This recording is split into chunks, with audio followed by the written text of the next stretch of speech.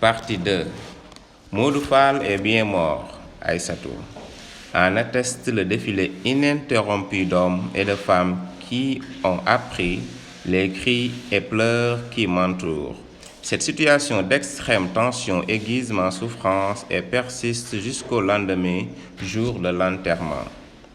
Quel fleuve grouillant d'êtres humains accourus de toutes les régions du pays où la radio a porté la nouvelle. Des femmes s'affairent, proches, parentes, elles doivent emporter à l'hôpital pour la toilette mortuaire encens, eau de Cologne, coton. Sont soigneusement mis dans un panier neuf les 7 mètres de percale blanche, seul vêtement autorisé à un mort musulman. Le zemzem, eau miraculeuse venue des lieux saints de l'islam, pieusement conservé dans chaque famille, n'est pas oublié. On choisit des pagnes riches et sombres pour recouvrir Modou. Le dos calé par des coussins, les jambes tendues, je suis les allées et venues, la tête recouverte d'un pagne noir. En face de moi, un vent neuf, acheté pour la circonstance, reçoit les premières aumônes. La présence à mes côtés de ma coépouse m'énerve. On l'a installée chez moi, selon la coutume, pour les funérailles. Chaque heure qui passe creuse ses joues plus profondément, cerne davantage ses yeux, des yeux immenses et beaux qui ferment et s'ouvrent sur leurs secrets. Des regrets peut-être. Au temps du rire et de l'insouciance, au temps de l'amour, la tristesse ploie cet enfant.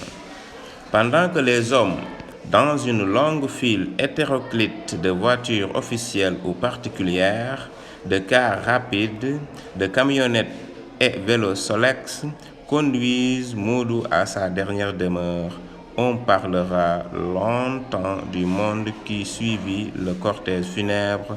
Nos belles-sœurs nous décoiffent. Nous sommes installés, ma coépouse et moi, sous une tente occasionnelle faite d'un pagne tendu au-dessus de nos têtes. Pendant que nos belles-sœurs ouvrent les femmes présentes, prévenues de l'opération, se lèvent et jettent sur la toiture mouvante des piécettes pour conjurer le mauvais sort. C'est le moment redouté de toute Sénégalaise, celui en vue duquel elle sacrifie ses biens en cadeau à sa belle famille et où, pis encore, outre les biens, elle s'ampute de sa personnalité, de sa dignité, devenant une chose au service de l'homme qui l'épouse, du grand-père, de la grand-mère, du père, de la mère, du frère, de la sœur, de l'oncle, de la tante, des cousins, des cousines, des amis de cet homme. Sa conduite est conditionnée. Une belle-sœur ne touche pas la tête d'une épouse qui a été avare, infidèle ou inhospitalière. Nous avons été méritantes, et c'est le cœur de nos louanges chantées à tue-tête.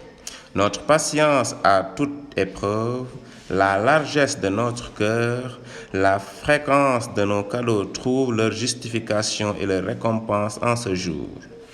Nos belles-sœurs traitent avec la même égalité 35 ans de vie conjugale.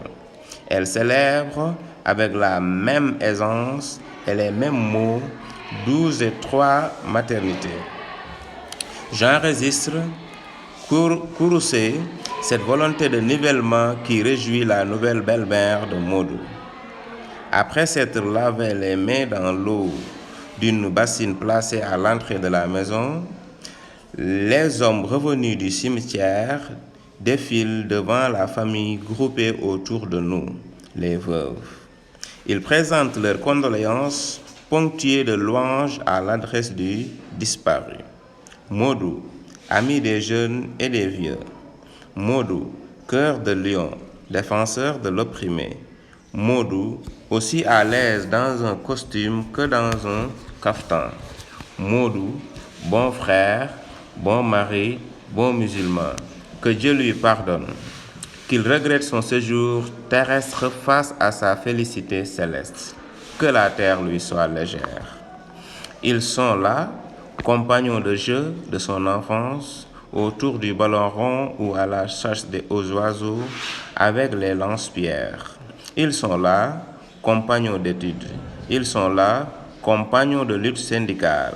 Les sigil ndigalais se succèdent, poignants tandis que des mains expertes distribuent avec à l'assistance biscuits, bonbons, cola judicieusement mêlés, première offrande vers les cieux pour le repos de l'âme du disparu.